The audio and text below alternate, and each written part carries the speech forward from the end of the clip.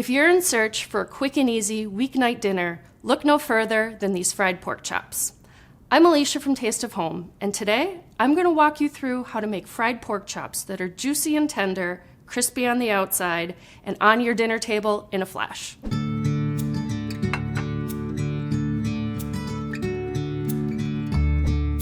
This recipe comes to us from one of our freelancers, Lauren Habermill. She uses simple seasonings that even the pickiest eaters will enjoy, but feel free to change them out to what you and your family prefer. She also uses panko breadcrumbs, which gives us that nice, crunchy, crisp crust that we all enjoy. For this recipe, we're using 1-inch bone-in pork loin chops. These chops come from the part of the animal between the hip and the shoulder. We like to use these type of chops because the bone tends to impart more flavor and leave a juicier texture while pan frying. So let's get started. You're going to want to start by taking your pork chops out of the refrigerator about 15 to 30 minutes before you start cooking. The reason for this is to kind of get the chill out of the meat, bring it up to room temperature. We're going to start with our easy seasoning. We've got salt,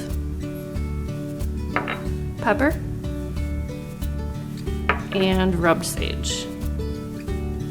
Clear these out of the way and use my fancy mixing tool here.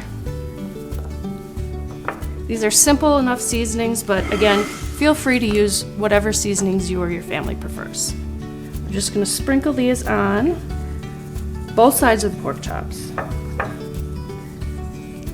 The salt, pepper, and sage really add a nice simple flavor to the pork.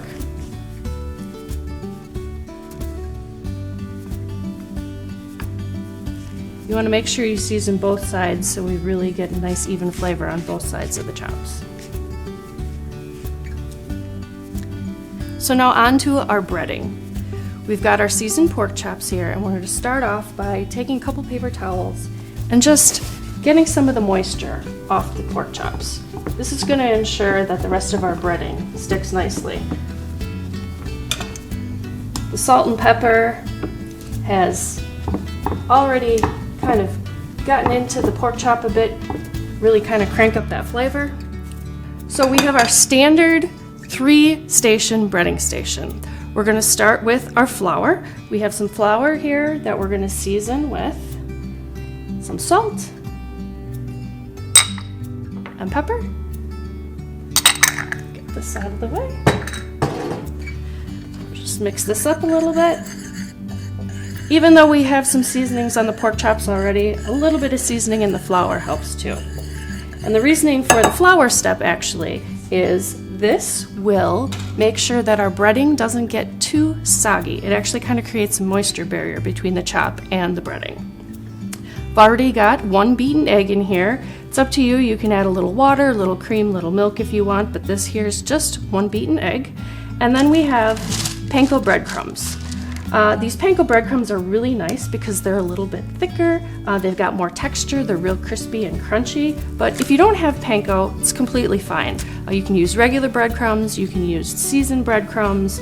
Try, say, cornflakes or even some crushed crackers. So we're going to put these onto the parchment paper. This is just going to help us with the last step, coat the pork chops a little more easily. All right, so here we go. Let's take our first pork chop. We're going to place it into the flour mixture. And we want to make sure it's evenly coated. We're going to shake off any extra flour. Next, it goes into the egg wash. Again, making sure that's nice and evenly coated. Get the sides, tops, bottoms. Let any extra egg mixture drip off.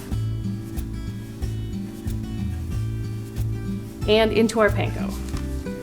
Kind of want to press that right into the panko so we really get a nice even coating. And what you can do is even kind of take the edges here and push them onto the sides to make sure nice even coating. Flip that over. Look at how nicely, evenly that's coated.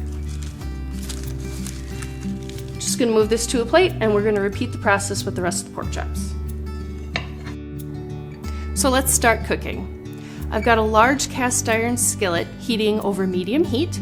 You want to use a neutral oil such as canola or corn oil so it doesn't burn while you're cooking your pork chops.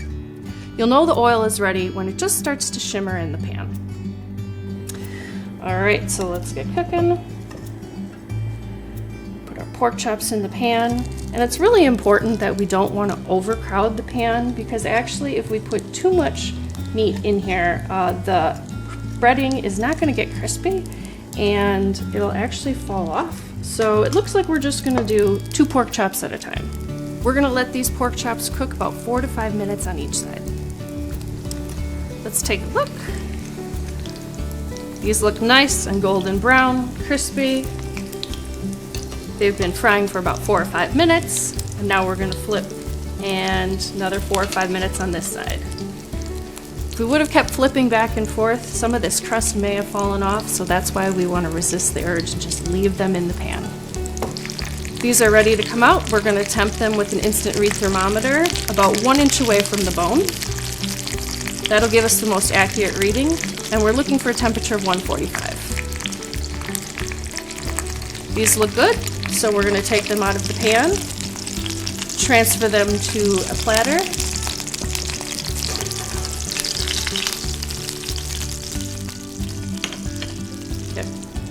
We're going to cover these loosely with foil. What that's going to do is ensure that the juices go back into the meat so when we cut into it, it's nice and juicy and tender. It's time to eat. We're serving these pork chops with green beans and cheesy mashed potatoes. Enjoy!